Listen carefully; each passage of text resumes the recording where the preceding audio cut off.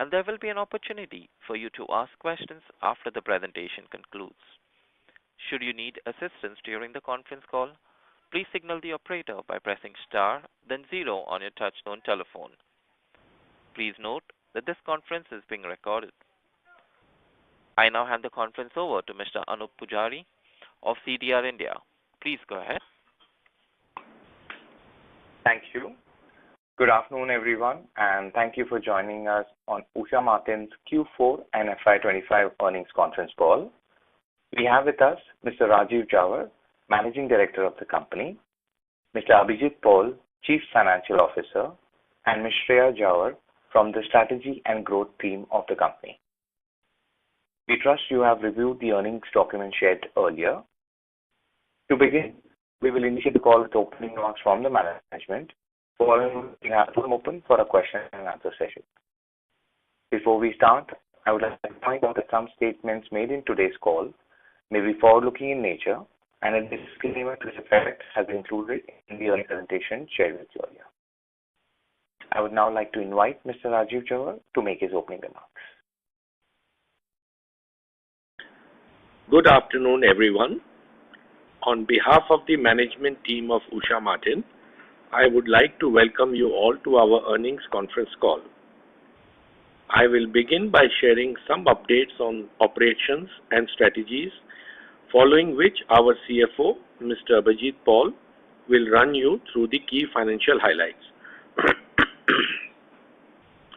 We are pleased to share that FY25 ended on a steady note, with revenue reaching rupees 3,474 crore, a growth of 7.7% year-on-year, driven by 9.5% increase in volumes across our core segments. The wire rope division performed well, recording a 9.3% year-on-year revenue growth, while the wire segment registered a robust 19.7% increase over the same period.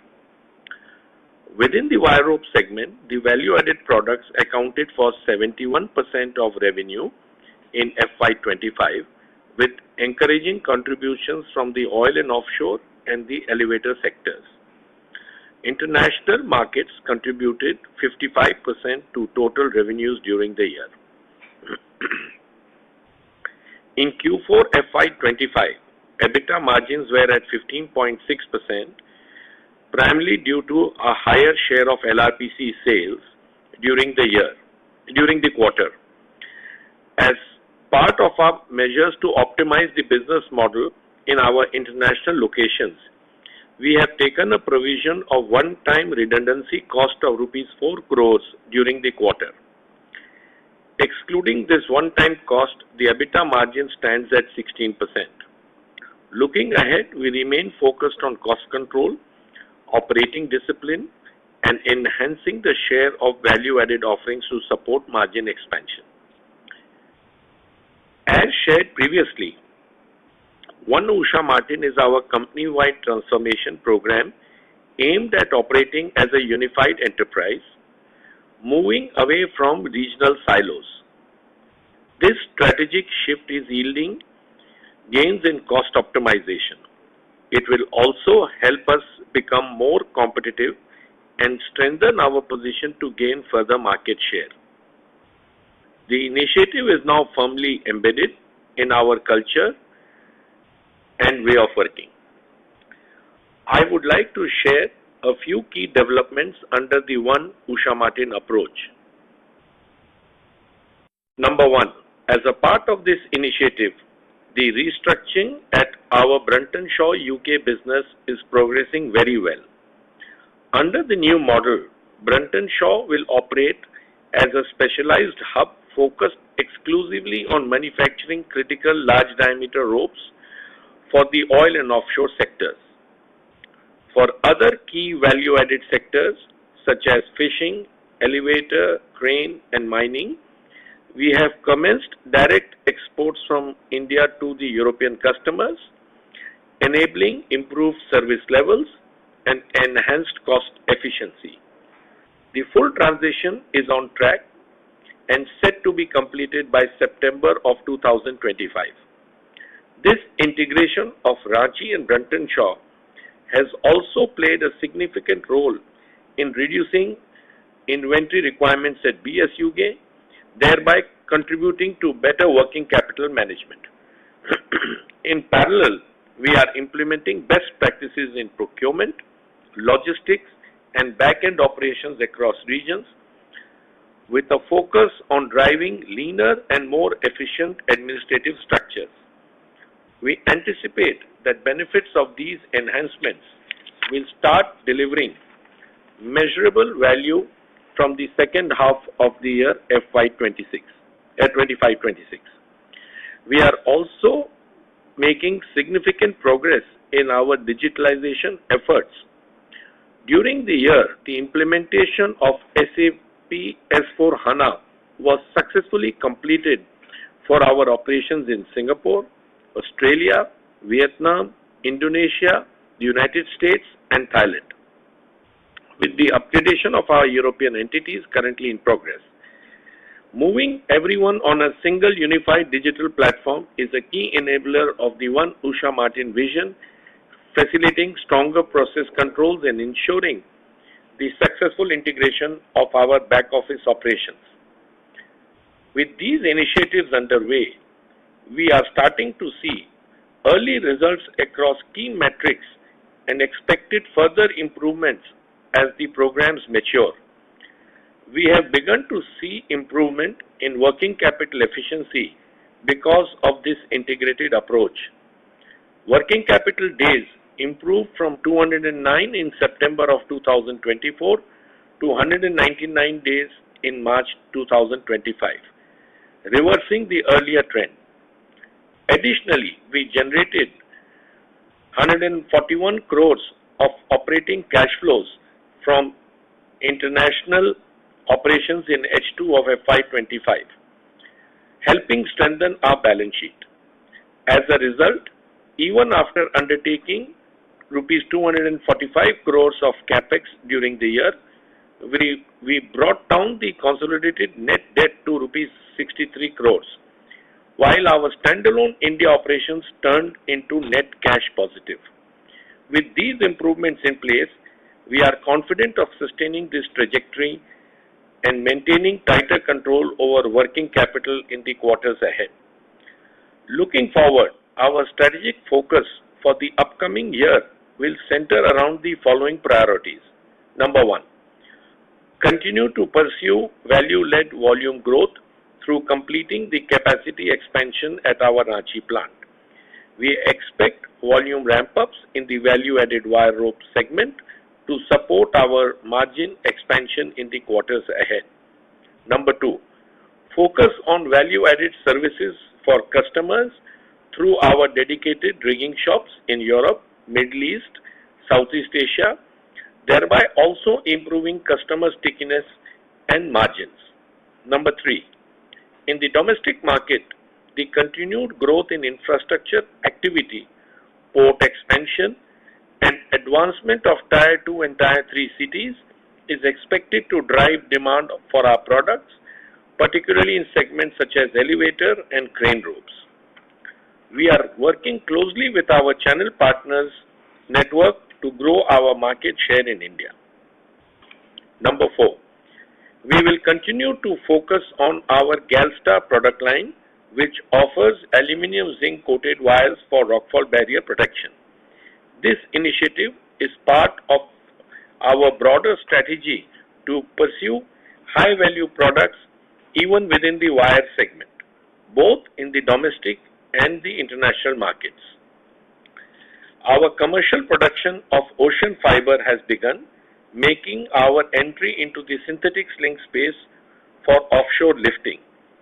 Though at a nascent stage at the moment, the venture reflects our long-term commitment to product innovation and global relevance. To conclude, we remain committed to long-term value creation through consistent investments in value-added segments, product diversification, and operational resilience. While there are uncertainties globally and ongoing geopolitical tensions, Our disciplined approach to execution and financial prudence will continue to support sustained performance in the quarters ahead. With this, I would now like to invite our CFO, Mr. Abhijit Paul, to present you the financial highlights for the quarter ended 31st March 25. Thank you, and over to you, Abhijit. Thank you, and a very good afternoon to everyone. I will now provide a brief overview of the company's operating and financial performance for the quarter and year ended 31st March 25.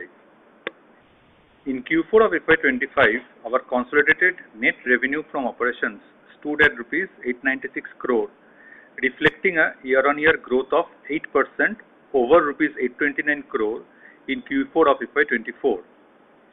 This revenue growth was led by strong performance of our wire and strand segment, which grew by 36.5% year-on-year, and LRPC segment, which saw 18% year-on-year increase. The core wire rope segment remained at same level on a YOY basis and is expected to gain momentum in FY26, supported by a recovery in demand and the ongoing One Usha Martin initiative. These efforts are aimed at enhancing our competitiveness in international markets, which in turn will drive growth and margin improvement. Operating EBITDA for the quarter stood at Rs 140 crores compared to Rs 152 crores in the corresponding period last year. Excluding one-time redundancy provision, EBITDA margin stood at 16% for Q4 of FY25. That said, as highlighted earlier, our focus on driving operational efficiencies remains firm, and we expect this to support margin recovery going forward. Net profit for the quarter stood at Rs 101 crore compared to Rs 106 crore in Q4 of FY24. On a full year basis, FY25 consolidated net revenue increased by 7.7% year-on-year to 3,474 crore compared to Rs 3,225 crore in FY24. The wire rope segment remained our key contributor, accounting for 72% of total revenue. Operating EBITDA for the year was Rs 597 crore, largely stable compared to Rs 599 crores in FY24. Profit before tax stood at Rs 527 crores as against Rs 550 crores in FY24. PBT was impacted by higher depreciation costs resulting from capitalization of assets worth Rs 303 crores. On the balance sheet front, I am pleased to report a notable improvement in our financial position. As of 31st March 25, our consolidated net debt reduced to Rs 63 crore, down significantly from Rs 124 crore a year ago. Correspondingly, our net debt to equity ratio improved to 0.02 times, down from 0.05 times as of March 24. Our prudent capital allocation ensures that ongoing and planned growth investments remain comfortably funded. From a cash flow standpoint, we delivered a solid improvement. Cash flow from operations before tax in FY25 stood at Rs 541 crores, representing 91% of operating EBITDA compared to Rs 200 crores, which was 63% of the operating EBITDA in H1 of FY25. These robust cash flows, coupled with adequate working capital headroom, provide a strong foundation for future investments and capital deployment. In closing, I would like to reiterate our confidence in One Usha Martin's long-term growth trajectory. We expect continued momentum across both volume-led and value-led drivers, supported by strategic initiatives such as One Usha Martin transformation and ongoing investments in digitalizations and customer engagement. We remain committed to delivering sustained performance improvements and long-term value creation for all stakeholders. This brings me to the end of my address. I will now request the moderator to open the line for question and answer session. Thank you. Ladies and gentlemen, we will now begin the question and answer session. Anyone who wishes to ask a question may press star and one on their touchtone telephone. If you wish to remove yourself from the question queue, you may press star and two. Participants are requested to use their handsets while asking a question. Ladies and gentlemen, we will wait for a moment while the question queue assembles. The first question comes from the line of Aman Sunatlia from AK Securities. Please go ahead. Good afternoon, sir. Sir, I have few questions regarding the performance and future direction of the company. Sir, what is the reason behind the dip in the margin and when we can expect margin improvement? Hi, sir. Thank you for your question. So as we mentioned in our opening remarks that there was a one-time redundancy cost of rupees 4 crore this quarter, which did impact our margins, our margin percentage. Secondly, the margin percentage was also impacted during this quarter because of the LRPC mix. So the volumes of LRPC in this particular quarter was about 15K compared to Q3, where it was about 13K metric ton. So this LRPC mix, if we think about how this accounted for the overall margin percentage, it would be approximately a 1% margin reduction on account of this mix. And thirdly, another reason is also the higher costs in the European entities, which we had mentioned in the last call as well, which continue to impact our margin. And for that, we have taken certain initiatives, especially in our BSUK facility. And based on these restructuring, initiatives of the BSUK business, which we are implementing, we do expect further margin improvement, especially starting Q2 of this next financial year. Okay. Next question is when can for the last few years, I think our volume in wire rope is almost stagnant. So from when we can see noticeable volume growth in wire rope segment? As I had mentioned in the opening remarks that our volume grew by about 10% year on year as far as the wire rope is concerned. The new capex is already in place and we have the capability of increasing our volumes. And as the markets keep on improving, as we are targeting newer markets in Saudi Arabia, in also in different sectors, even further consolidating our markets in India, we are now geared up to increase our volumes. And I expect quarter on quarter we should be able to see growth in our volumes as we move forward. Okay, sir. And sir, what is the latest update on Galfine wireline, plasticated LRPC and business in Saudi Arabia? The Galstar line is now started to produce and we have got trial orders as well as some commercial orders from our customers. I'm happy to say that the samples produced have been accepted well in terms of the quality, and we are now expecting the ramp up of volumes to take place, and we expect that we should be gradually ramping up the volumes in the next 2 quarters to be able to come to close to 400-450 tons a month, and then by end of this year to come to almost 80-85% of our capacity. On the plasticated LRPC, our plant is capable of producing 500 tons a month as of now. We are doing close to 200 to 250 tons a month.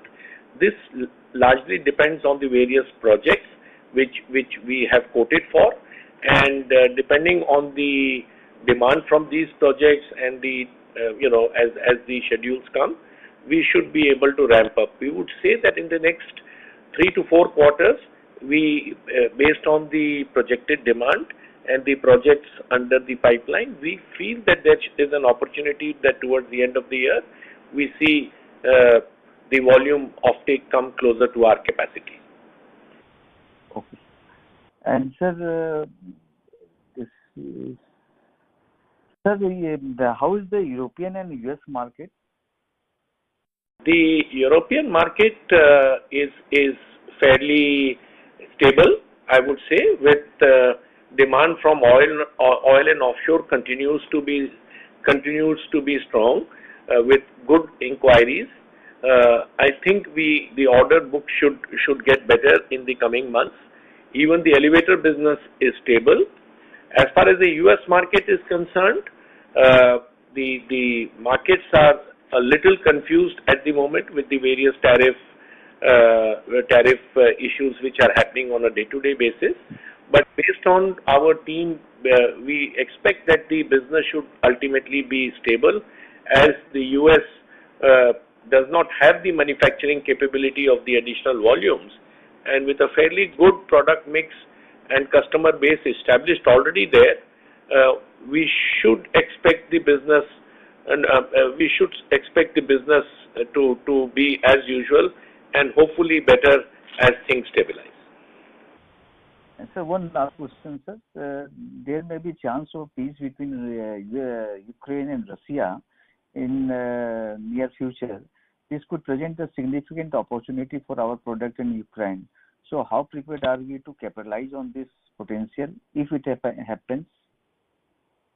First of all, if it happens, that would be very good for the overall geopolitical situation. I think this would lead to a big reconstruction of the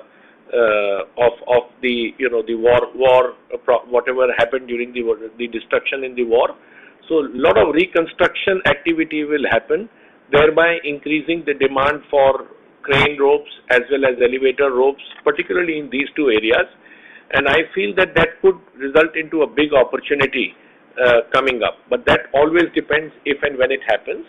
And the company is, with its expansion, has enough capacity to be able to take care of these demands if and when they come. Okay, sir. Thanks a lot. Thank you. The next question comes from the line of Rajesh Majumdar from B&K Securities. Please go ahead. Hi, good afternoon, everybody. And sir, I had a question that our wire rope quarterly volumes were about 28 KT in 2Q FY-25, and from there it has fallen to 25 KT. Can we attribute this entirely to the European business and the fact that there is some short-term restructuring going on, or is there some slackening in the demand as well? Thanks for your question.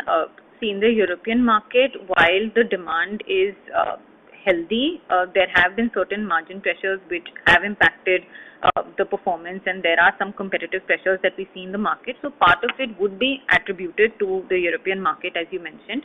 But overall, globally as well, in Q4, there was a slight slowdown on account of the uncertainties around policies and tariffs, and that's why the rope performance was largely flat compared to Q4 of the previous year.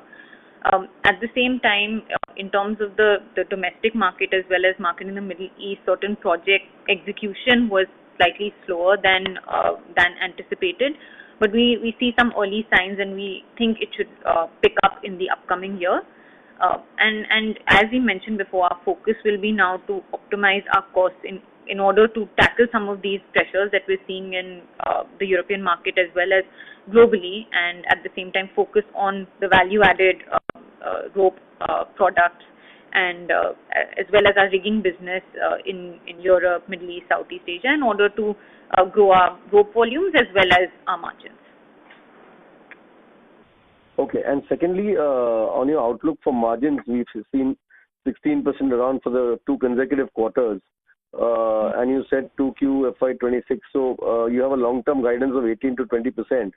So will we see that in 2Q or even later than 2Q, that kind of a margin profile coming back in the company? Yeah, that was my last question. Yeah, so quarter and on quarter, obviously depending on the mix, the margin can change. But I would say that over the next year, we expect an overall, margin of 18% at minimum is what we are targeting, with, stronger progress towards the second half as some of our One Usha Martin initiatives are in full swing. So that's, on an overall year basis, we still maintain a minimum of 18% is our target. Okay, thank you. Thank you. Ladies and gentlemen, if you wish to ask a question, please press star and one. The next question comes from the line of Krupanshu from Thinkwise Wealth Managers. Please go ahead. Yeah, hi. Thank you for the opportunity. So just on the wire rope volumes, so earlier we had some visibility from Saudi Arabia market, new growth of, we were targeting 4,000 metric tons, right, in a year. So like that, even elevator rope, we were targeting around 12,000 tons. So how is our visibility now that we've entered FY26? And other new opportunities from the UK-India free trade agreement, like just on the volume side, if you can give me some visibility. That's my first question. Thank you for the question. So on the elevator volumes, I think we are on target, and we expect strong demand both from the international markets where we are operating as well as in the domestic market. With the growth in the Tier 2, Tier 3 cities, we expect the demand to be fairly strong, and we are on target to achieve the numbers what we had projected. In terms of the Saudi market, we have started doing between 150 to 200 tons a month, which is on an annual rate of close to 2,500 tons. And we expect that gradually, because we have just started few months now, with initial supplies made, some repeat orders coming, we are fairly optimistic to achieve these numbers. Maybe a quarter here or there, but ultimately the demand traction is fairly strong, and we expect to be around the 4,000 tons by the time the exit rate of 4,000 tons we should be able to achieve. And on the UK-India agreement, does it open any opportunities for us? The UK-India, I don't think our ties are pretty strong between India and our demand between India and UK through our BS UK continues to be stable, and we expect that these volumes should be continuing. Neither we see, I don't see a big increase, because our new model which we have built up, where we now supply directly from India to the European companies instead of through BS UK plant. So there may not be direct supplies to BS UK, but overall our volumes in the European market on the BS UK brand should be fairly stable to getting better. Understood. And on the gross margin, so this quarter we've obviously seen a significant compression. Can we attribute it entirely to the product mix change? And if supposing a wire rope mix improves, then is a 50% kind of a margin reasonable? As Shreya just mentioned, that part is because of the one-time dip, because of the of almost 4%, and that's 1% dip of the mix being more. Sir, I'm sorry to interrupt you. Your audio is not coming in clear. Hello.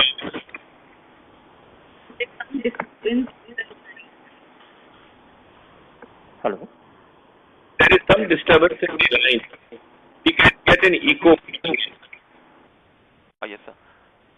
Ladies and gentlemen, I would request you to stay connected while I reconnect the management. Thank you. I think it's on account of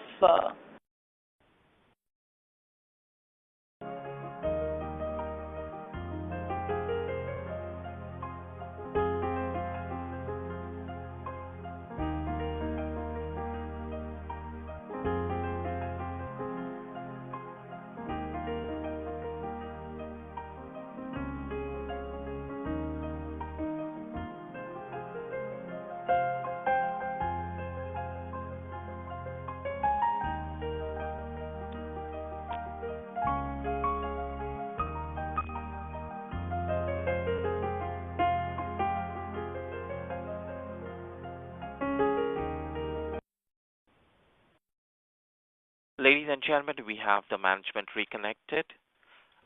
Krupanshu, you can please continue. Thank you. Yeah, my question on gross margins. Yeah. So, yeah, as you rightly stated that it was primarily due to the mix of LRPC, which impacted the gross margins. If we look at our usual mix from the last couple of quarters, it would be at similar levels. Understood. Thanks. And my last question would be, our wire and strands volume growth has been very encouraging. So where is this growth coming from exactly? If you can give us the type of orders also, please. Thanks. Sector mainly from the auto segment and some of the specialized spring requirements, and that is both which we supply to the domestic market as well as the customers are exporting it. So it's mainly coming from the auto and the specialized spring segment. As far as the strands is concerned, it is the LRPC, which is because of the demand from the construction sector, and the plasticated LRPC would be going into these big bridge construction. So these would be the sectors where we expect the growth coming from. Okay, thank you. Thank you. The next question comes from the line of Prolin Nandu from Edelweiss Public Alternatives. Please go ahead. Yeah, hi team. Thank you for giving me the opportunity. The first question is slightly on the margin pressure that you alluded to, not just in this quarter, but couple of quarters back as well. That you have also clarified that there is slightly heightened competition. So my question is, with let's say this tariff thing settling and maybe the Ukraine issue also solving, should we see some easing of competitive intensity-led margin pressure in the coming quarters? Any color on this aspect of margin pressure that we have alluded to in the past? Any change there that you see in the near term, or this margin pressure is something which you think is going to continue? As we mentioned, that margin pressure is because of two reasons. One is because of the competition, which is always going to be there. And secondly, because we are going through, we could see that in our new model, in the business model, which we have now gone for change in our model with our European subsidiary BS UK now focusing only on the higher value added products and the direct shipments from the new capacities built in India, which would result in reduction in our fixed cost, as well as some of the initiatives, part of One Usha Martin, where we are focusing on shifting a lot of back office work to India, thereby optimizing our cost, focusing on the logistics, procurement, and all these things which are actively being pursued. We expect the year to be, and the whole year, as Shreya mentioned, to be at minimum 18% EBITDA margins from the current levels of 16% we are in. Overall, with these initiatives and improvement in product mix and increase in volumes all coming together, we should expect to be around 18% for the year, minimum. I understand, Mr. Jawar. So what I'm trying to understand is that this is not assuming any change in competition, right? Or any change in the intensity of competition. Am I correct in assuming that? Yeah, this is assuming that business as usual at our current level. Yeah, that's what we are assuming as the state of business today. Understood. And on this restructuring, right, you have spent 4 crores as a one-off, right, in Q4 FY-25. How much more do we intend to spend on restructuring? And do you think that the benefit might start accruing from Q1 onwards, or this would be back-ended even in FY26? Yeah, so in terms of the BSUK restructuring, we, as part of our overall plan, we are reducing the manpower at BSUK by about 50%. And that entire provision of 4 crore for that restructuring largely, was on account of this manpower reduction, which is a one-time cost, and we don't expect any further provisions to be taken in the upcoming quarter. So this was the major cost in terms of restructuring that we see when it comes to this initiative. At the same time, we are also looking at optimizing the other fixed costs like we mentioned around the back office operation as so costs would reduce, but we don't expect any further provisions in terms of restructuring to be taken. And the other question is, when do we expect the benefit of this to start reflecting? I would say from, once all this is completed, we'll see the effect on the overall cost and improvement in margins from Q2 of this financial year. Okay, great. That's it from my side. Thank you so much. Thank you. The next question comes from the line of Aryan Sharma from B&K Securities. Please go ahead. Yeah, hi sir. Thank you for the opportunity. Just a couple of questions regarding some guidances. So could you just guide me through, like you mentioned previously, that we can expect sequential volume growth, but could you just guide me through some numbers as to what we are expecting over FY-26 and 27? Overall, in terms of both volume and top line, we expect, say, about a 12 to 15% growth overall across the wire rope as well as wire segment. LRPC again, it's up and down depending on competitive pressure. So within that, our focus will be primarily on the plasticated LRPC. How much ever we can grow within our capacity of 500 tons a month. And what will be our value add share then? What we are expecting in value add share? Within wire ropes, our value add share right now, in terms of revenue, is 71%. The goal is to maintain that at a minimum, and with the new capacities that have come on stream and certain OEM approvals that we are targeting, hopefully that should grow gradually as well. But we at minimum to maintain that share. Okay, and just one final question with regards to the restructuring which we are doing right now. So is there any quantifiable number which you guys have worked out on, like how much we are expecting? Just EBITDA margin jump just because of this restructuring, like over normalized EBITDA? Abhijit? So once this entire restructuring exercise is done in the European facilities and across the global entities, we are looking at the cost side for all the entities wherever we have scope. So this will have an impact of 1 to 2% on the margin, 1 to 1.5% on the margin. So the cost impact will be around 1 to 1.5, maximum to 2% of the margin that we are targeting. Yeah. Okay. Yeah. That's it from my side. Thank you. Thank you for answering my questions. Thank you. Ladies and gentlemen, if you wish to ask a question, please press star and 1.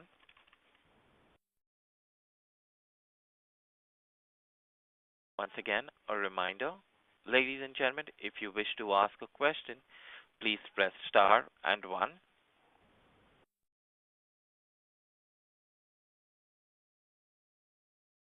The next question comes from the line of Shraddha Kapadia from Smith. Please go ahead. Hello, thank you so much for the opportunity. Shraddha, I do apologize to interrupt you there, but you are not clear. Your audio is not clear. Hello, am I audible now? Yes, please go ahead. Yeah, so my question is majorly regarding the international market. So currently they contribute approximately 55% of our revenues. So for the future or the next leg of expansion, which are the major markets which we would be targeting? In terms of the international market, as previously mentioned, Saudi Arabia will be one of the major markets that we're targeting.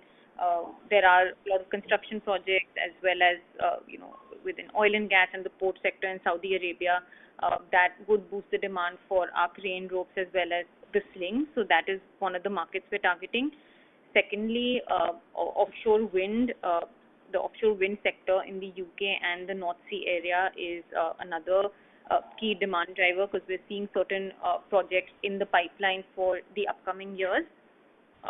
Thirdly, in UAE, also the oil and gas projects are gaining some traction now. So if some of those projects materialize, then we would see growing demand for our oil and offshore ropes in the UAE as well.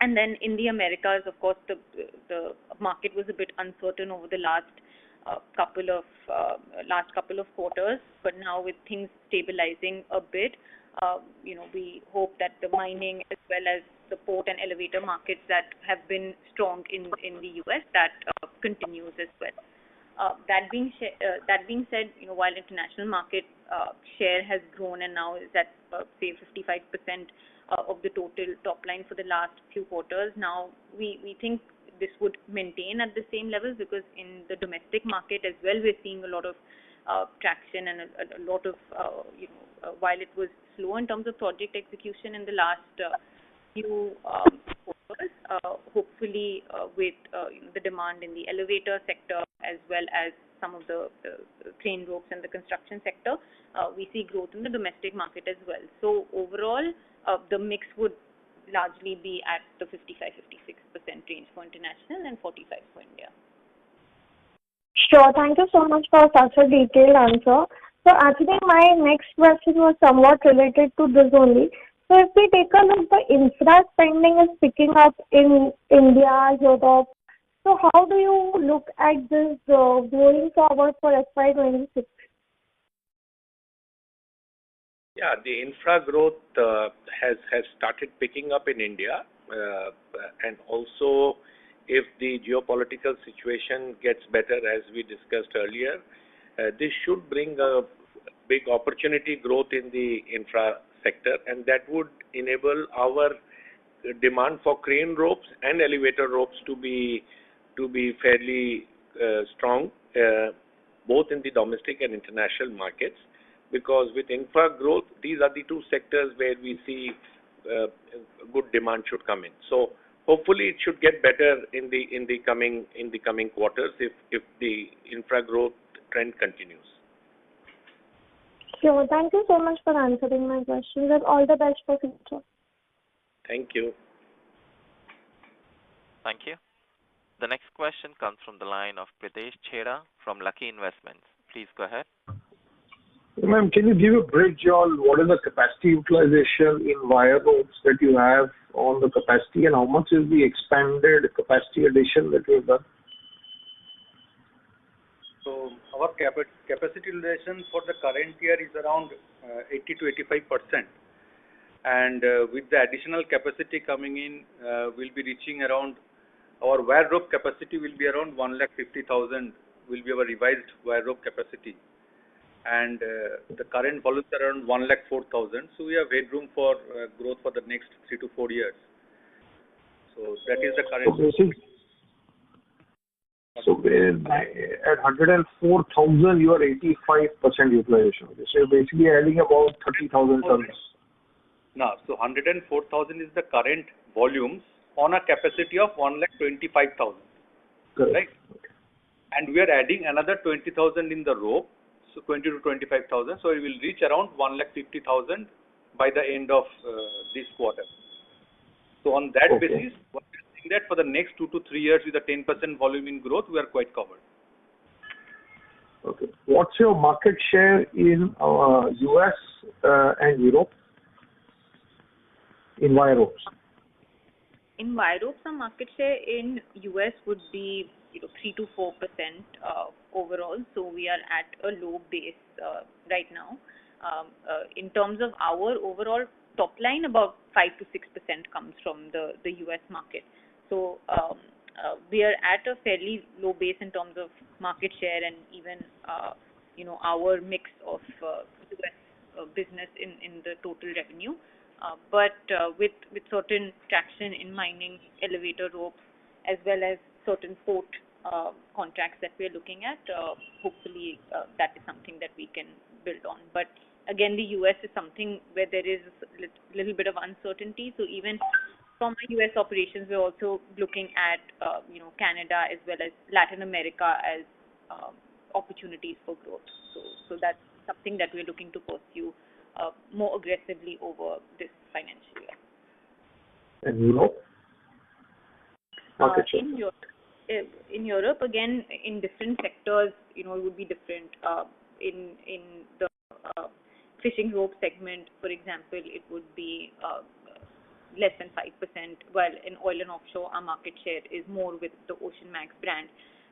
But overall, I would say it's still between 8 to 9% market share, even in Europe. The competition is obviously more intense in the European market with a lot of regional players, a couple of regional players in the high performance sector.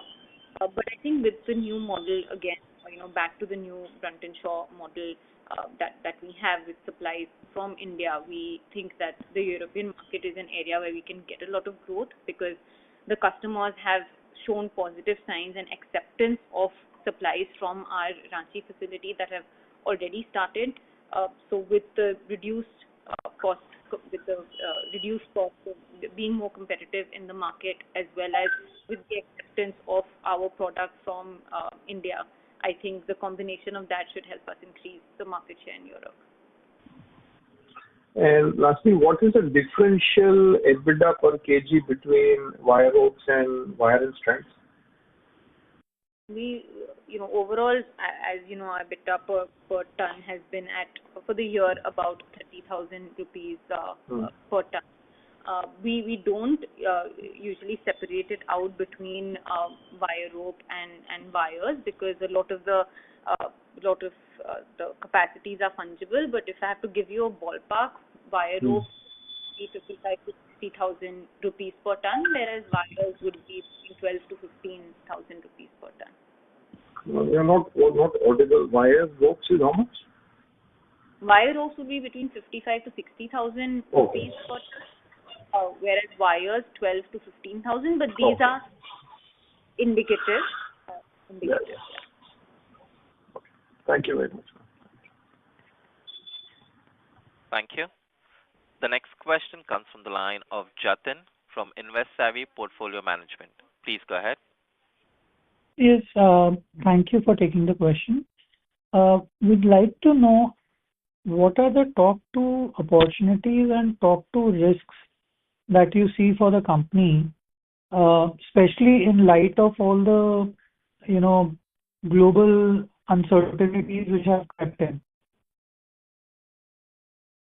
I would say the opportunities would always be in the infrastructure and the oil and offshore, which continues to be fairly robust, with most of the countries still trying to be energy self-sufficient. And that has been a growth area for us in the last year as well, and that continues to be strong.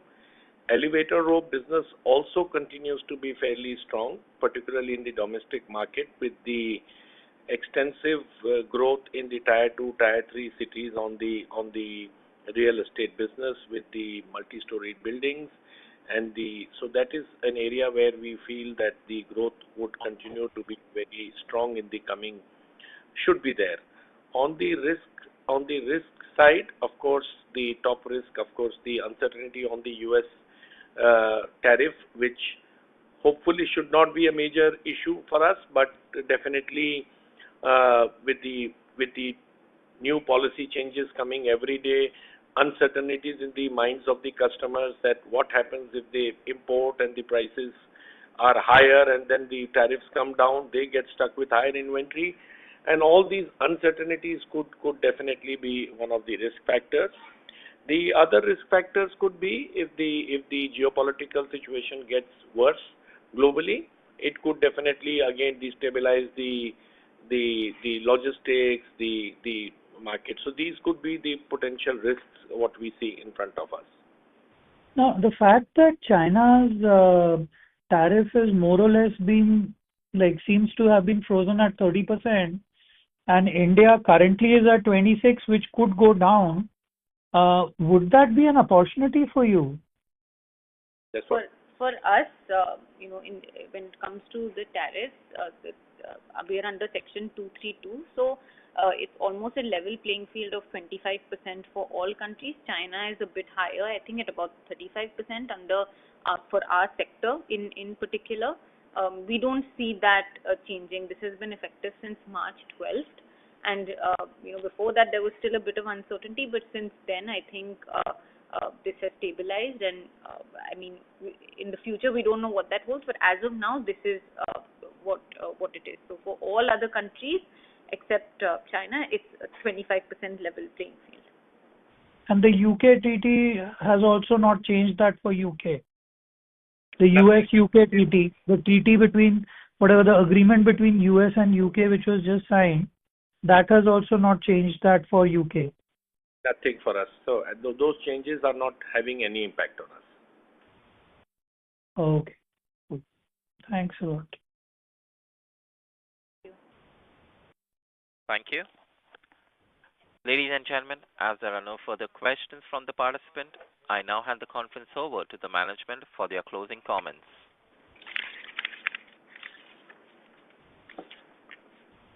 I would like to thank everyone for attending the call and showing interest in Usha Martin Limited. I hope we have been able to answer all your questions. The company is dedicated to creating value for all its stakeholders in a sustainable manner. Should you need any further clarification or would you like to know more about the company, please feel free to reach out to us or to CDR India. Thank you once again for taking the time to join us on the call, and see you all in the next quarter. Thank you. Thank you. On behalf of Usha Martin Limited, that concludes this conference. Thank you for joining us, and you may now disconnect your lines.